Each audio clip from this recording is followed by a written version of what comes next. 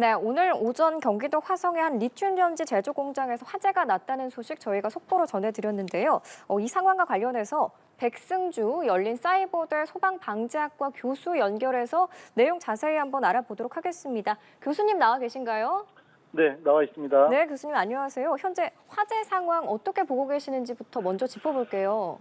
네, 10시 31분에 그 화재가 발생을 했고, 선착대가 10분 도착하고 또 이후에 선제적으로 대응 2단계 발령을 했고요. 지금 그 소방대 장비들 계속 많이 투입하고 있는데요. 먼저 심정지 한 분하고 중상 한 분이 그리고 이게 좀 잘못된 소식이기를 저로서는 바라는데 예. 십수분이 지금 연락이 안 되는 상태다. 그래서 연락이 안 되는 상태면 그 고립된 게 아닌가 이렇게 추정을 하고 진압 작전을 펼치고 있어서 예. 정말 잘못된 정보이기도 바라고 또 인명피해가 더 발생하지 않길 바랄 뿐입니다. 네, 예. 아직 정확한 상황이 나온 게 아니다 보니까요.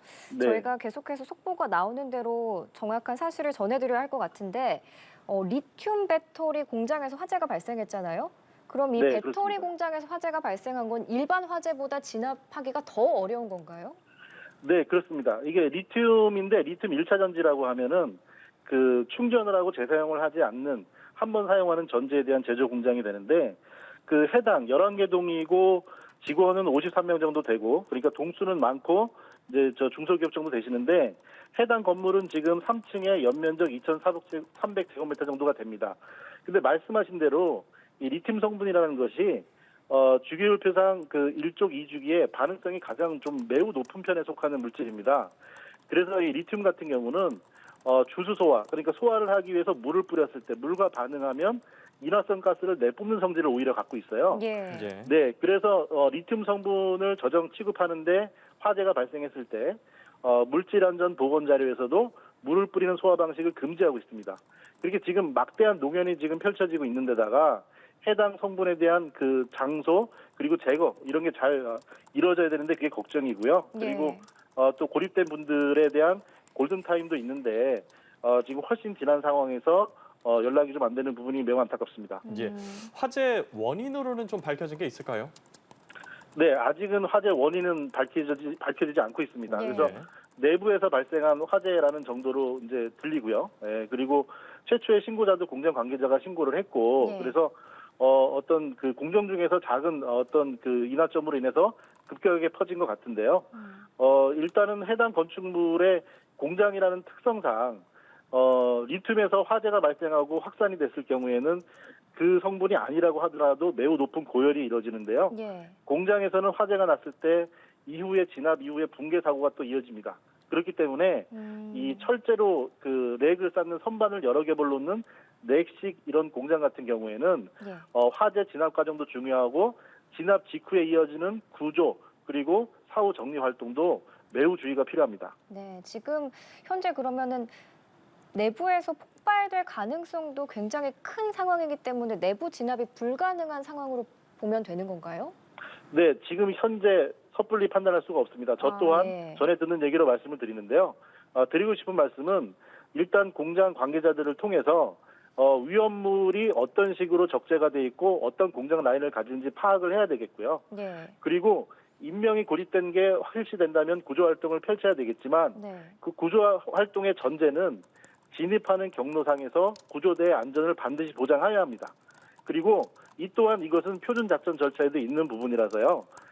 진입 경로와 퇴로 그리고 경로 그리고 그 거점까지 확보를 한 상태에서 소방대의 안전과 그리고 요 구조자의 구조를 같이 성공적으로 되기를 바랍니다. 예. 네. 당시 현장 근무 67명 중 21명의 근무자가 연락이 안 되는 상황이라서 위치를 네. 추적 중이라고 했지만 만약에 건물 내부에 있는 것으로 확인이 되면 구조 작업이 좀 가장 중요할 것 같은데 관련해서는 어떻게 논의가 이루어지고 있을까요?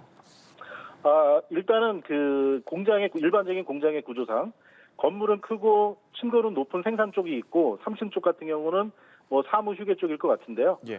일단은 공장 같은 경우는 양방향 피난이라는 부분이 상당히 건축될 때부터 잘 돼 있긴 합니다. 예. 무슨 말씀이냐면 한 지점에서 피난을 할 때 두 방향, 세 방향을 선택할 수가 있죠.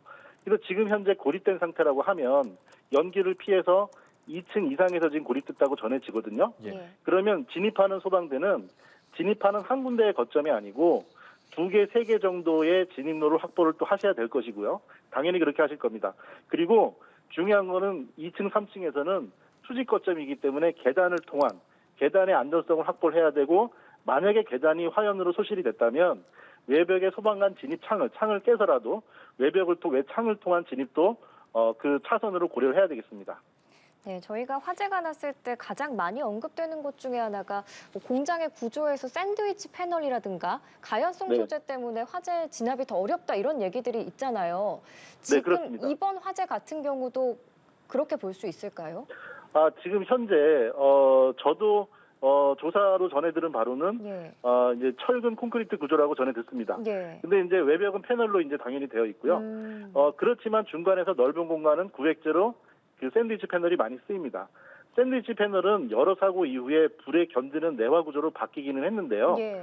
이 샌드위치 패널은 역시나 구획제이지 버티는 제가 아닙니다. 아. 겉은 얇은 철판으로 되어 있기 때문에 화열에 닿아서 당장 한순간에 그 화재가 번지는 걸 막았다고 하더라도 물에 닿고 화열에 닿으면 이게 500도씨 이상만 넘어가면 구조적 안정성이 2분의 1로 떨어집니다. 철제는. 그렇기 때문에 그 벽체가 무너지고 쌓아놨던 천반이 무너지고 이런 현상들이 발생하기 때문에 예. 방재선진국에서는 538도씨 이상 장시간 노출된 현장에서의 진압은 일단 자제를 먼저 고려하거든요. 예. 그래서 그렇기 때문에 좀 신중한 접근이 필요합니다. 예, 정확한 작업자 수가 파악되지 않고 있다는 점이 또 우려가 되는데 만약에 네. 빠져나오지 못한 인원들이 있다면 사상자가 더 늘어날 가능성도 있다고 하거든요. 이 부분 어떻게 보십니까? 네, 일단 매우 안타까운 부분이지만 예, 어떤 상황에 어떤 공간에서 우리가 제천 스포츠센터에서도 그런 교훈이 있었는데요. 예. 어떤 상황에 어떤 공간에서건 그 공기가 공급이 되고 할 수 있는 공간은 있을 가능성은 분명히 있습니다.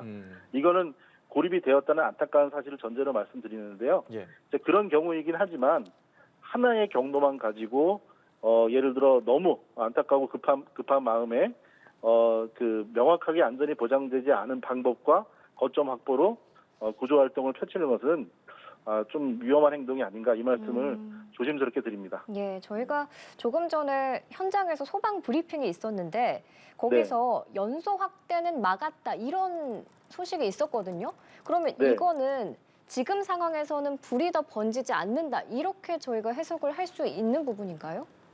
네, 그렇게 봅니다. 아. 연소 확대가 지금 가장 중요했던 게 예. 위험물로 있는 리튬 부분인데요. 예. 그러니까 그 자재에 대한 그 제거도 소화해야 하는 방법이거든요. 제거와 분리가 성공적으로 이루어진 것으로 보이고요. 예. 그리고 가연물에 대한 그 소화도 억제를 했으니까 이제 그렇게 되면 말씀드린 대로 구조가 우선이고요. 그리고 조심해야 될 부분이 소화가 끝났다고 해서 공장이나 이런 대공간에서의 철제 구조물들은 그 강도가 2분의 1 아래로 떨어져 있다. 그러니까 조심하셔야 한다는 부분 당부드립니다. 그런데 그 배터리 공장 특성상 안에서 폭발은 더 일어날 수 있다고 하셨잖아요.